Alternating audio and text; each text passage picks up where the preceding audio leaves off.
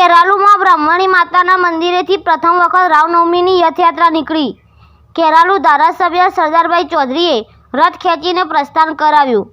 શ્રી રામ સમિતિના હેમંતભાઈ શુકલ, મનોજભાઈ બ્રહ્મભટ્ટ, વીડી દેસાઈ, પરથીભાઈ ચૌધરી અને રામ ભક્ત પવનભાઈ ચૌધરી, ભીખાભાઈ ચૌધરી, પ્રજાપતિ ગોવિંદભાઈ બારોટ, મુકેશભાઈ દશરથજી, ધર્મેન્દ્રભાઈ બારોટ મોટી સંખ્યામાં રામ ભક્તો જોડાયા હતા।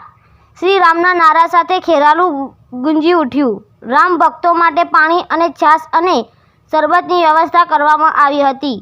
શ્રી રામની રથયાત્રા હાટડિયા મેઇન બજાર અને તાલુકા કચેરી આગળ થઈને સૂરજ માર્ગ પાસે યાત્રાનું સમાપન કરવામાં આવ્યું હતું। રામનવમીની શોભાયાત્રાની સુરક્ષાને ધ્યાને રાખીને વિસનગર ડીવાયએસપી દિનેશસિંહ ચૌહાણના દેખરેખમાં ખેરાલુ પોલીસનો ચુસ્ત બંદોબસ્ત ગોઠવ્યો હતો। બ્યુરો ચીફ મોહમ્મદ શાહ કેસરપુરા સાથે કલ્પેશ બારોટ, ડબાડ।